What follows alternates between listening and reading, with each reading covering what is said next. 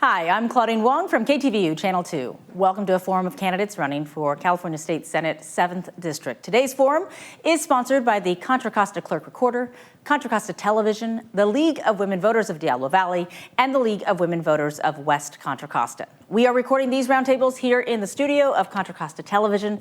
Senate District 7 includes the cities of Concord, Walnut Creek, Lafayette, Moraga, Orinda, Danville, San Ramon, Antioch, Pittsburgh, Brentwood, Oakley, Clayton, Discovery Bay, Bay Point, and surrounding unincorporated areas. The district also includes part of Alameda County.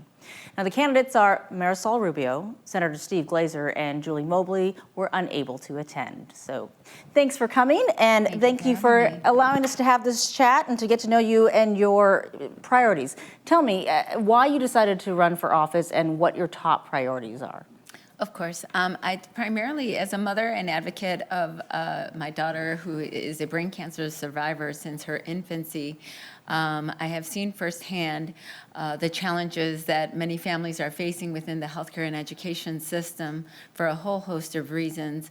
And as such, also as a single mother, going back to school and finishing my degree in molecular cell biology, it was very challenging. And I know a lot of our higher education, while making many efforts to start to meet those needs, are still, it's a work in progress.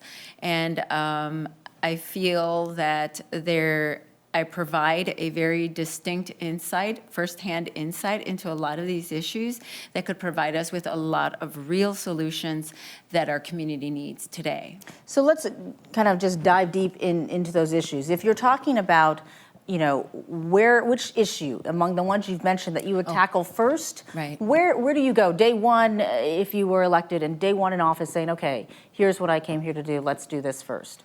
Right. And it just I will say, just to list the main issues, because I think you asked me that for the previous question. The main issues for me are going to be healthcare, obviously, affordability and access, and as well as education. Again, making sure it's affordable and accessible by all, beginning from with universal pre-K all the way through higher education, and also dealing with issues in the environment, as well as, which is closely tied to expanding access and access to transportation. So if you take healthcare, are you saying, is this a state-funded healthcare? Is this, dropping in? And certainly healthcare has been a big issue. Is it getting employers to provide more healthcare for their employees? Which part do you tackle, and where do you fund that from?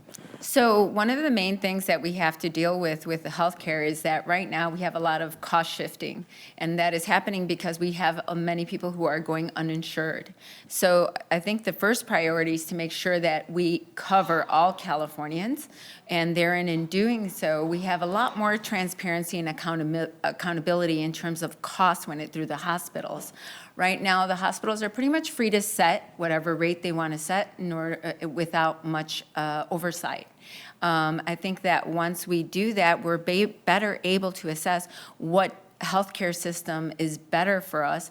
For example, when we talk about why are we spending twice as much as any other industrialized nation on healthcare per person, clearly there's something that has to do with the cost of prescription drug prices, as well as the way we are operating as a healthcare system itself. Do you find that Sacramento is not tackling these issues, or that you want to be a part of the fight to make it happen?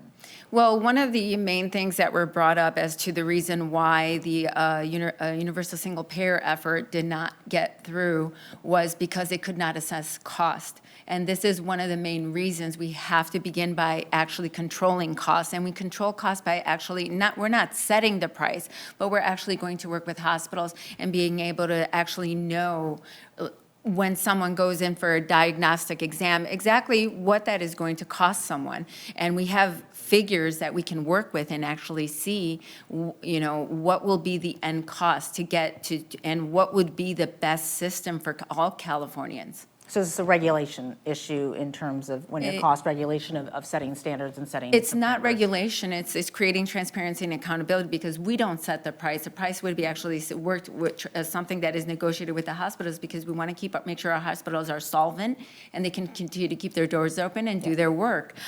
What it is about making sure that all Californians are covered, whether that's through expanding the Affordable Care Act, as well as making sure Medi-Cal is expanded, making sure that undocumented individuals are as well covered. When we cover everybody, the cost is naturally driven down. And when we cover everyone, we also are better able to see what the actual real cost of healthcare is. And in doing so, now we can actually begin to assess other potential greater undertakings, such as some of the initiatives that have been put forth but stalled, such as universal single payer. So let's move to education in terms of funding and our teachers and our school systems, and are we investing enough in our schools? No, I think we definitely, as I mentioned, I've seen firsthand what was happening with my daughter's education, and unfortunately, they were grossly understaffed. Which is the other reason I was compelled to focus my emphasis in college when studying neurobiology, because essentially I had to begin fulfilling that need myself, working with her, 3 to 4 hours a night, 5 to 6 days a week, because the schools were understaffed, and not by a choice, but because there wasn't enough funding. We are spending half as much as other states such as New York, or Vermont, and per pupil. So we definitely have to have the political will to make a greater investment in education and make that a top priority, because we all know that when we talk about equity and equality over time, socioeconomically in particular, it begins with a strong foundation, and that begins with education. So if you want to give more money to education, is there an area where you feel like we're spending too much money?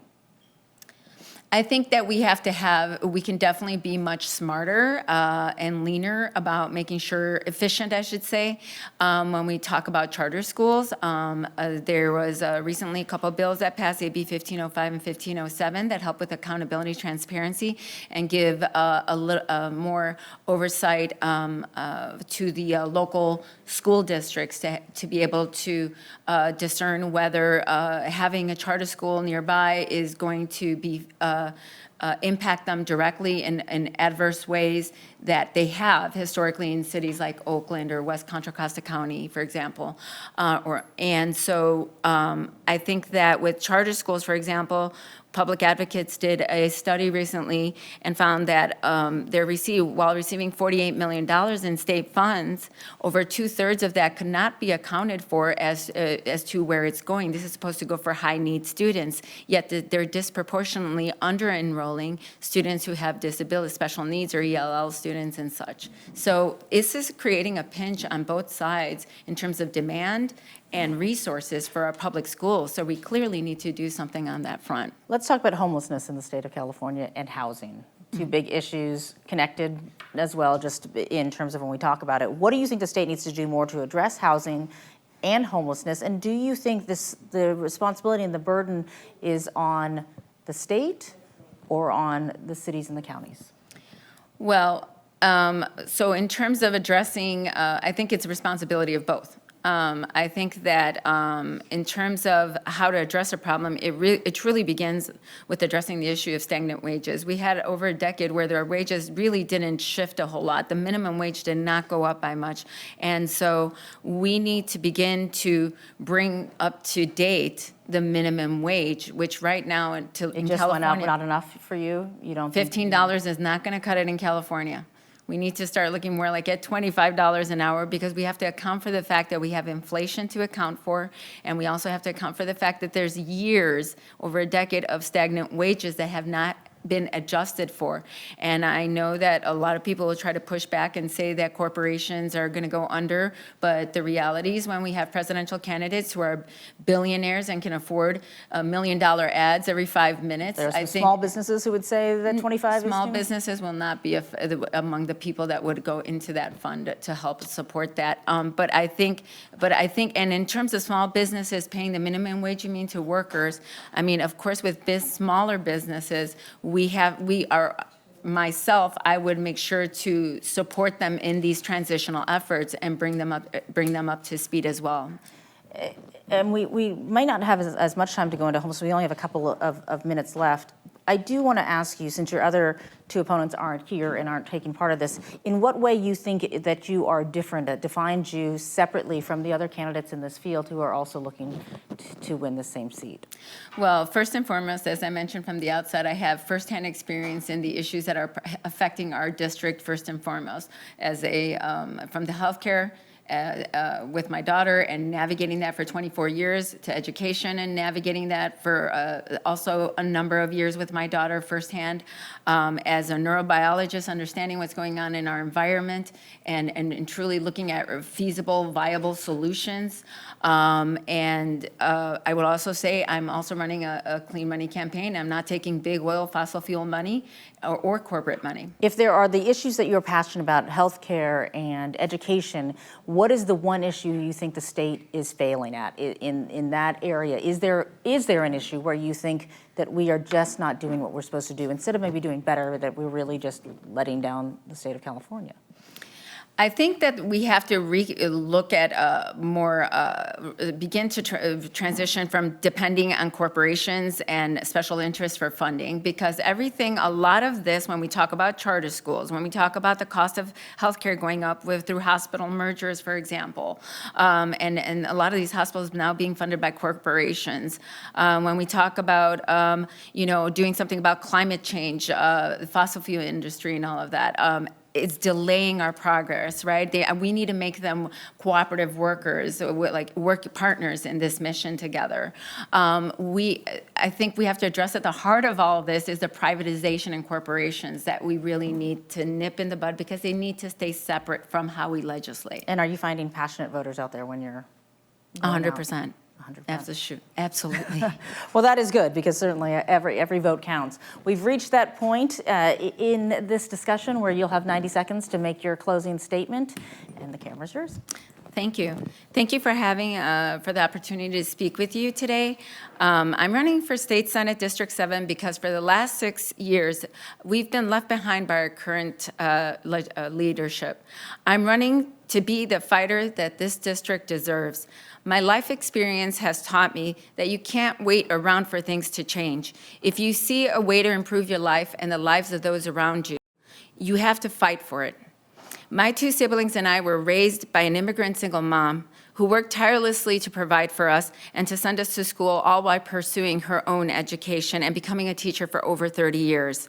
I learned the value of hard work early when I got my first job at 12 to make sure I had enough money for my lunch and my extracurricular activities.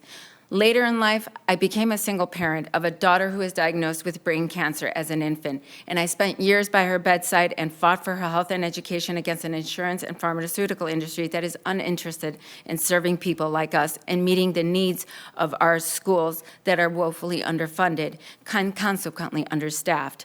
Seeing firsthand how our healthcare system treats families like ours and how depleted in resources our public schools are what made me an advocate and a candidate. Forgive me. I became an affordable healthcare and education company because of how unfair our system is firsthand in creating opportunity. And California specifically ranks 49th in opportunity throughout the nation.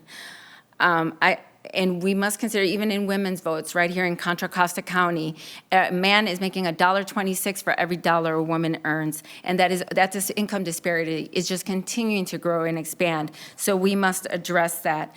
And I just want to say that in closing, I want the voters to understand that just as I did not give up on my own dreams to study neurobiology and to serve my community, and I haven't given up on my daughter, I will make sure to never give up on you. I am endorsed by all of our unions, from teachers to firefighters, as well as various elected officials throughout the state of California. And we so are thank out you of for your time. time. Yes, thank you. Marisol Rubio, 4ca.com. Thank you.